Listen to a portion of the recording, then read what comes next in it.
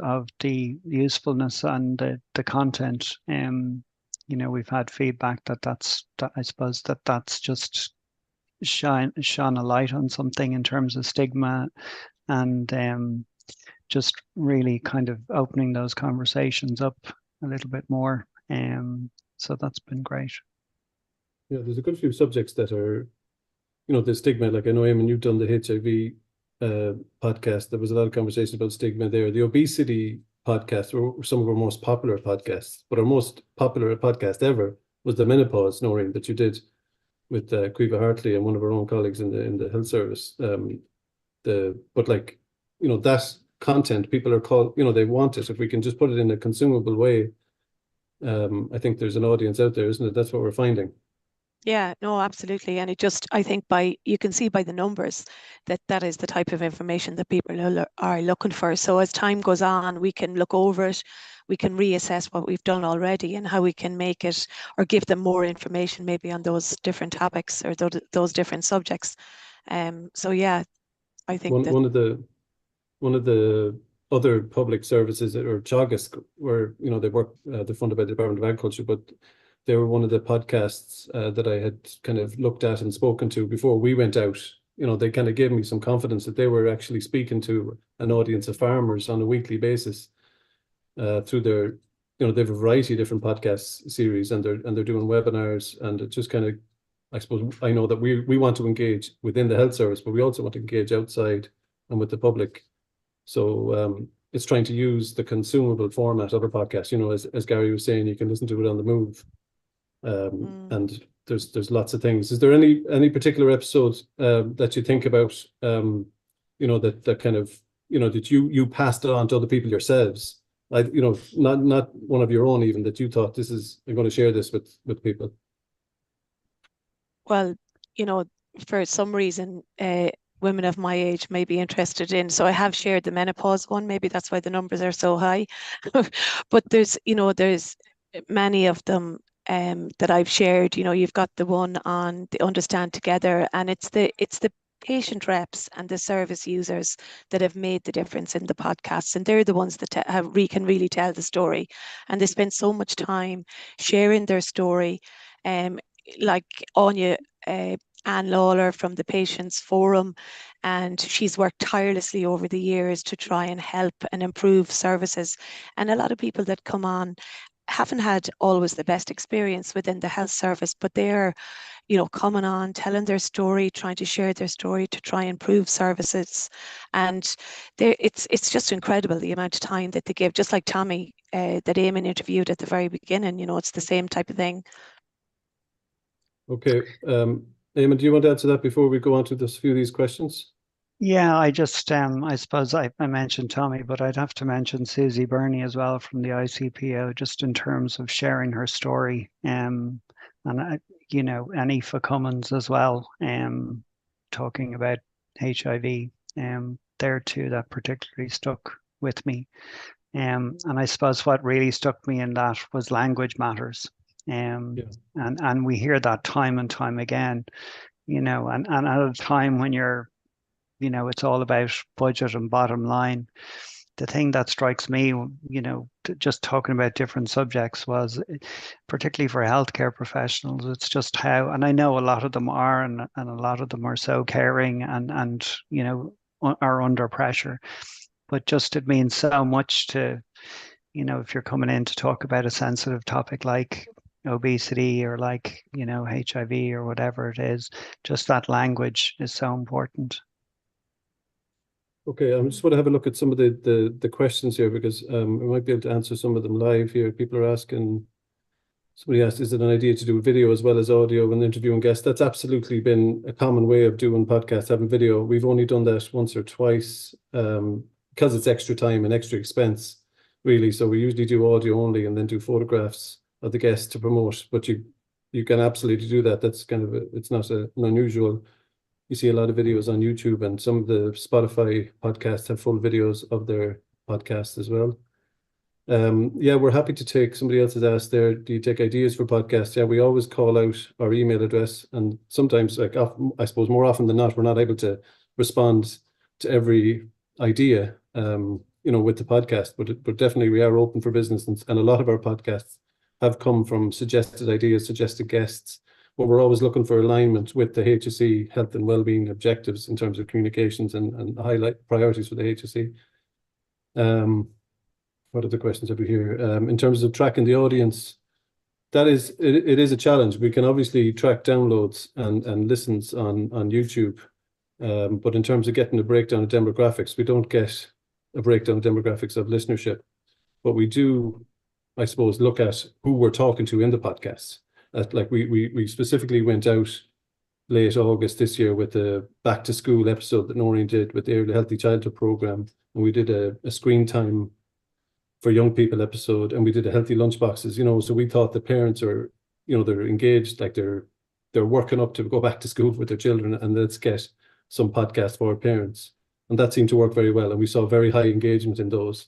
So we're kind of planning it with what's going on in people's lives at that time of year, and we're not always targeting episodes to parents. So it's different strokes for different folks, and we're always kind of watching the numbers to see, did we put this under people's nose in the right way? Did we promote it and sell it in the right way? So there's a lot of things go into the mix.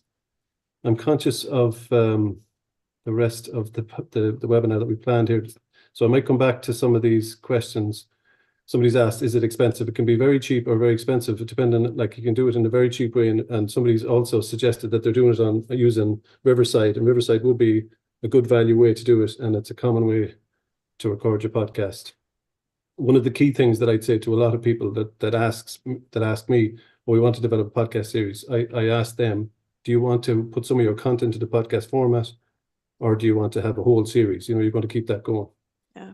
So, I need to think about long term. So I'd just like to thank Eamon and Noreen for that input. Appreciate it. And we're going to invite Sharon Lambert. Sharon's done some research in relation to mental health stigma and engagement with podcasts, and she's going to give a short presentation now. Thank you, Sharon. The floor is yours. Thanks, Virgil. So I'm just going to pull up some PowerPoint slides there and talk to you about some of the research that we've done here in the School of Applied Psychology on why people are listening to mental health related podcasts.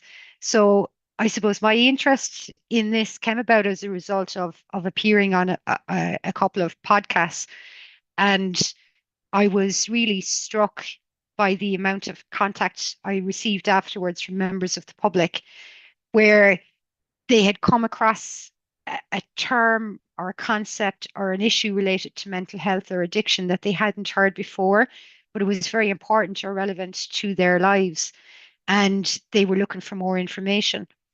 So in psychology, I'm going to say in the 1960s, there was a very famous psychologist called George Miller, and he was the president of the American Psychological Association. And he said that one of the things that people had to do, especially in psychology, was to give psychology away. So often people who need access to information about difficulties or challenges that they might be experiencing, whether it's physical health or mental health, find it sometimes difficult to access the information or to find it at a time that works for them. So I suppose in thinking about the research that was in the back of our minds was, our podcast a potential way to give psychology away and to give away information that we know. And then thinking about my own experiences of being podcasts, the Blind Boy podcast and the 200 Hours podcast, where I spoke about mental health and addiction, and that is such a big issue for so many people, and sometimes they're unsure about where to get the information from. So Nisha Oquilta, who was a master's in applied psychology student here in UCC, and I worked on a project. So the first thing we did was we looked at the existing literature, and there wasn't much. There was very little literature on, mental health related podcasts. Who's listening to them? Why are they listening to them? And are they useful or not? What there was a handful of studies. These are them. So increased positive attitude towards mental illness, an improvement in mental health literacy in children, successful delivery of educational material to professionals, positive addiction recovery outcomes, promotion of physical activity, delivery of interactive self-determination interventions, and the dissemination of educational content about diabetes and also about obesity. So in our study, there were 722 participants, and it was an online survey. Um, there really, I suppose the survey had a list of questions that people had to answer. And then there was a separate section at the end, which we often put in our service, which was any other comments. And in my experience, nobody ever fills that out, except maybe one person might say this was a rubbish survey or something like that. But what was very interesting about this particular study was the amount of people who filled in the any other comments and the level of detail that was supplied in it. We had something like 60 pages of comments when we printed it all off. We have never seen that before in any of our other surveys. So what it told us was that this was a topic that was really important to people, and people were very invested in the topic. Another interesting, so there was, some interesting findings. So, the majority of people who were listening to mental health related podcasts are between the age of 25 and 39, but there's a good few people between the age of 40 and 64 who were also listening to mental health related podcasts, and then it tapers off once you get over 65s. What was also very interesting as well was that, and I suppose not surprising, that people who were accessing mental health related podcasts was that 73% had access to mental health services, and 82% had described themselves as struggling with their mental health. In terms of how often people were listening to mental health related podcasts, so the majority of people were listening to mental health related podcasts about once a month. About a quarter of people listening to them 2 to 3 times a month. And then about 20% of people were listening 2 to 3 times a week, and a very small number of people listening daily. The reasons why people were choosing to listen to mental health related podcasts were academic and professional. So people who were working in the area of mental health were listening to mental health related podcasts. There were people who were listening to them for entertainment purposes. 27% of people wanted to learn about mental health, 30% to learn more about themselves, and just under 10% wanted to learn about others. So people who had lower levels of education tended to access mental health related podcasts more often than those with higher levels of education. And I guess that's what that tells us is that podcasts are filling that space for people who are currently not in education. So, if you're privileged enough to be able to go to college or to university, you're surrounded by a whole load of information that's very useful for learning. If you're somebody who hasn't had that opportunity, mental health related podcasts were providing that information to people. So in terms of the any other comments, so as I said, a huge amount of data there, about 60 pages of comments.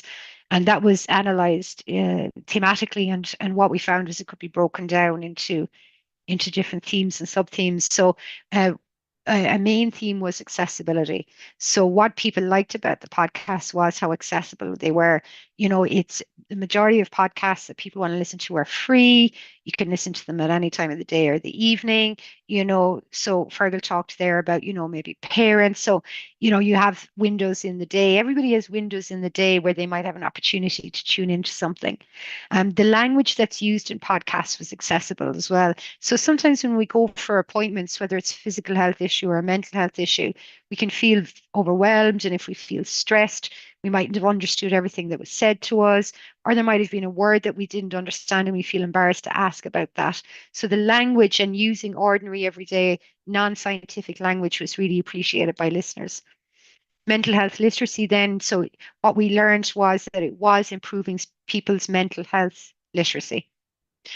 So new perspectives, thinking about issues in different ways, getting, a huge amount of knowledge acquisition. So learning more, it was reducing stigma, and it was increasing help seeking. So we had comments like, it was particularly where people had heard people with lived experience talking. So they would say something like, when I heard such and such guest on such and such show talking about their lived experience of depression or anxiety, eating disorders, addiction issues, it made people feel less alone, and it made them realize that help was available and that they didn't feel shame in reaching out for that help.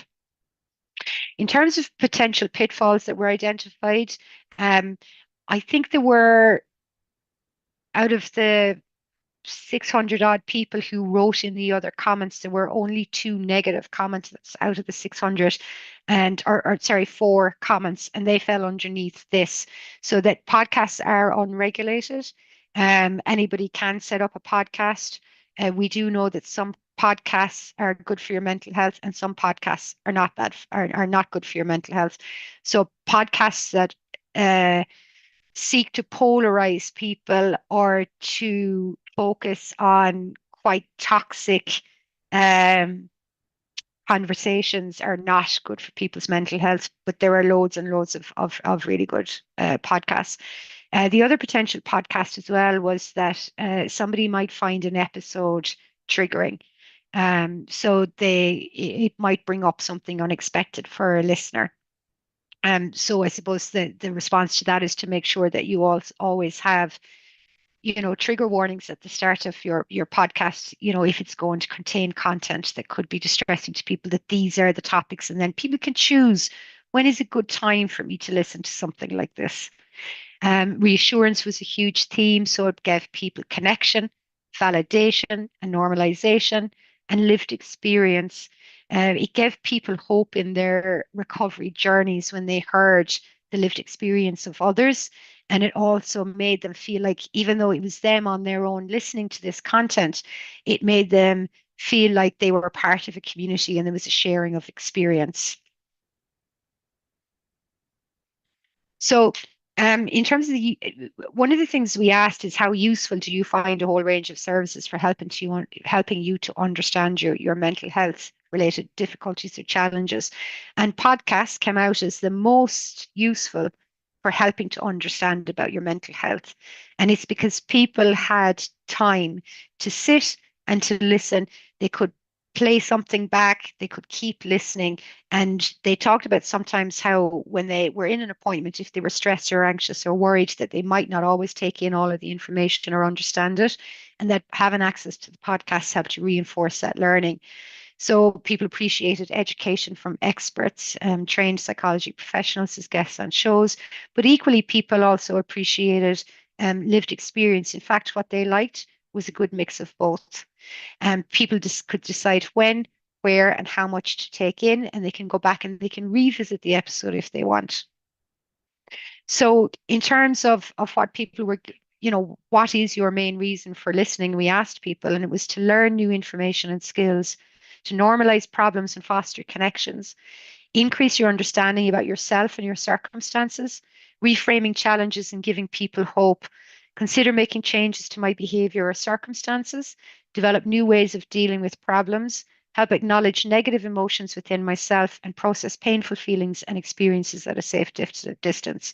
So you can see there, one of the participants said, I'm less hard on myself. They have encouraged me to open up and speak about my issues.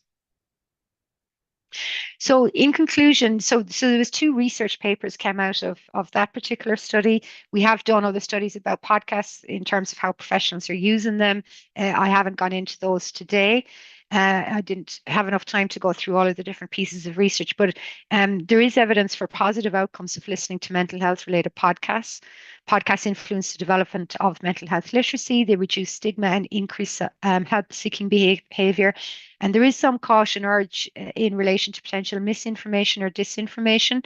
And it is better for people who are experiencing physical health or mental health related issues, it's better to ask a practitioner what podcasts they recommend, particularly when you're looking overseas at some of the podcasts that are being generated in other jurisdictions. So thanks very much, and I'll hand back over to Fergal and Sheila. Thank you very much, Sharon. That was really, really insightful. There's so much information there. It gives us a bit of confidence. And I know that'll be very helpful for our own team. And Noreen, who was speaking earlier with us, works in conjunction with the HSE communications team working on mental health literacy. So I think there's learning for us all there, and we have a couple of mental health podcasts. But now, Lucas, we have to move on because we're very tight for time, and I'm really delighted to welcome Síle Seoige as our special guest today. Síle doesn't need any introduction. You're a household name, Síle. You're an experienced broadcaster and host of the Ready to Reel podcast. There you are, there now, the Ready to Be Real by Síle Seoige. So you've been going on that for a few years now. Can you tell us why you got involved in podcasting yourself? I suppose really I was a big fan of listening to podcasts, and you know, I've just really enjoyed listening to Sharon's presentation there. I took so much from it, and Gary earlier on as well in particular. And what Sharon was saying there, it really reminded me of like 13 years ago when I was going through cancer treatment. I wasn't a listener of podcasts because they weren't really around. Whereas I know that if I could go back in time and I had the access to the amount of podcasts that are available now, that would have been an incredible resource for me at that time. I got into them about 10 years ago, listening to them, and I hummed and hawed over doing it myself because I came from traditional media. I've worked in media for 26 years, and I came from, you know, TV, radio, where you'd get a very limited amount of time with a guest, and you'd have to get these really compelling life stories done and dusted in like 8 to 10 minutes. And you know yourself, Fergal, that's not an easy thing to do. So you're kind of hurrying the guest along through what often is a really emotional experience for them.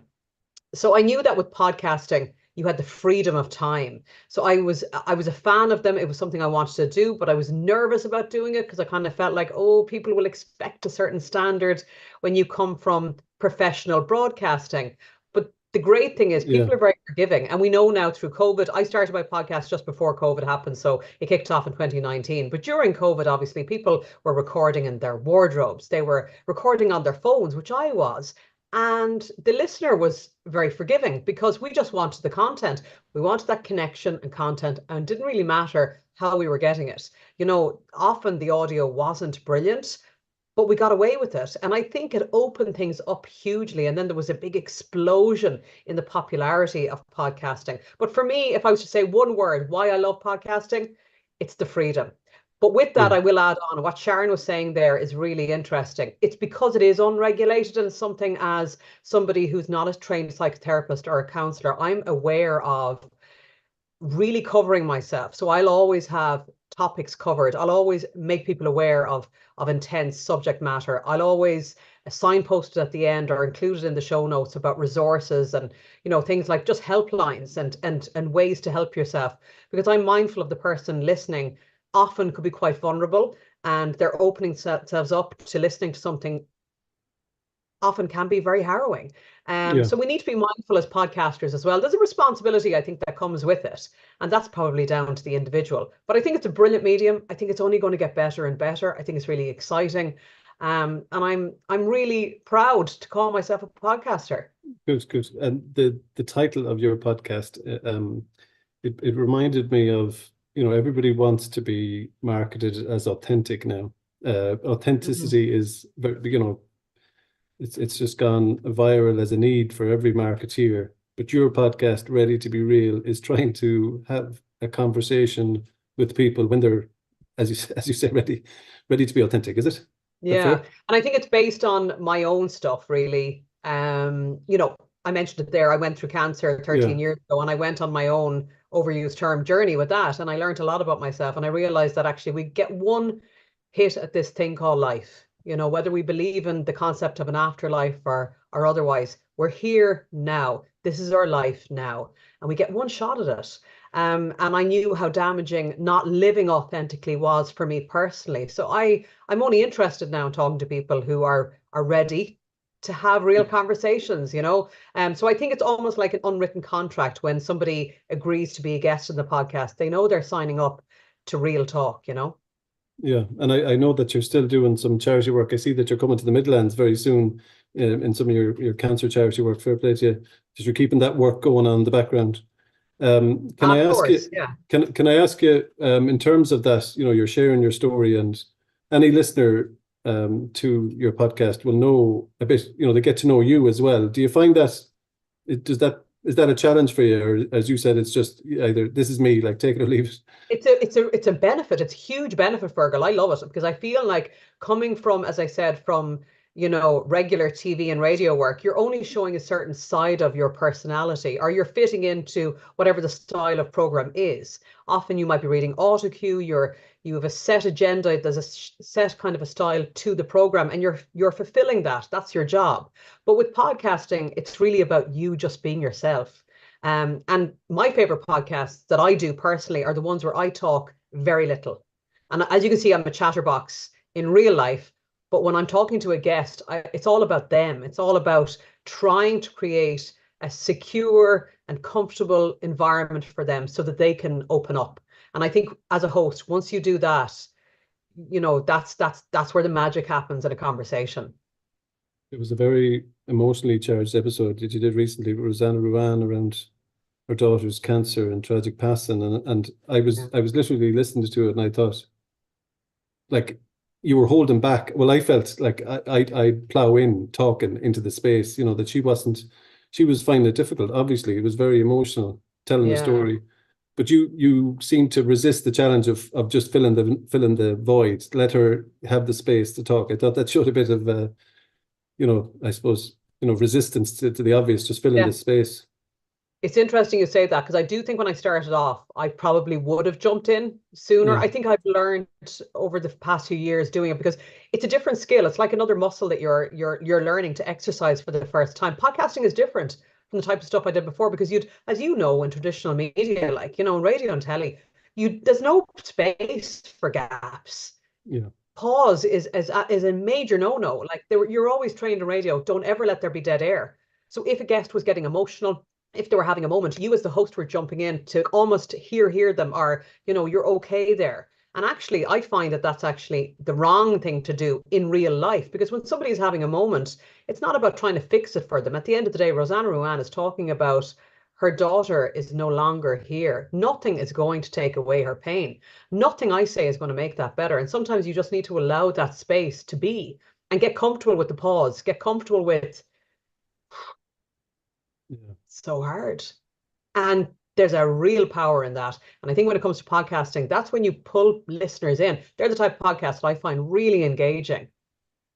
Do you find that how do you regulate yourself in terms of episode length? Do you find that you want to be an hour or go hour and a half? Or, yeah, it's or a great question. Yeah, that's a brilliant question. I have no clue. I'll be totally honest. Anyone who knows me knows I've really no idea of time. And that's why podcasting probably suits somebody like me, because I could talk for Ireland, and I think there's a natural end to a conversation. And that doesn't mean that a shorter conversation is any less in power or in impact than a longer one. But I think all conversations have a natural beginning, middle, and end. So I don't like to put restrictions on myself. The brilliant Gary, who was up there earlier, I often use his fantastic studio, GK Media in Galway. It's one of the best, if not the best studio I've ever been in. And I'm not just saying it. Gary hasn't paid me to say this.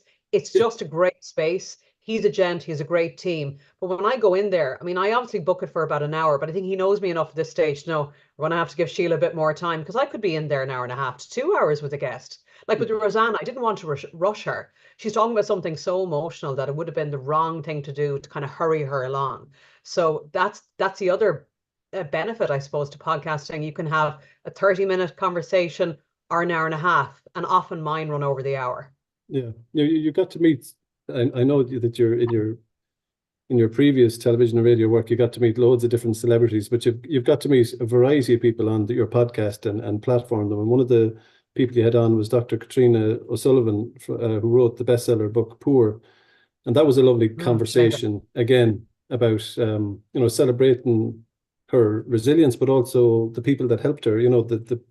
I thought it was a lovely section of the podcast where she spoke about the teacher that kind of reached, or that give her a help, and her family. She's in contact with her family and her now, and I just thought that's so remarkable after all these years, that you have that one strong adult making a difference, and then to hear that story been told on your podcast, it's great to be able to facilitate things like that, I guess. It is, and I feel really lucky, Fergal. I get to meet amazing people. I get to have really powerful conversations that have a positive impact for me as a person. But then when I get the feedback from people saying, this stopped me in my tracks, or this helped me in one way or another, that is huge job satisfaction, knowing that you're connecting with people. And the other thing that Sharon was mentioning as well, and that's something important to note, podcasting is evergreen. So the great thing is, and I'm a fan of talk radio, don't get me wrong, I still love listening to News Talk in particular. I mean, I did used to work there, but I do. And there is a space and a place for that. But with podcasting, if you listen to an episode or you're drawn to a certain guest, all you do is you go into the search engines, you search for it, you find it,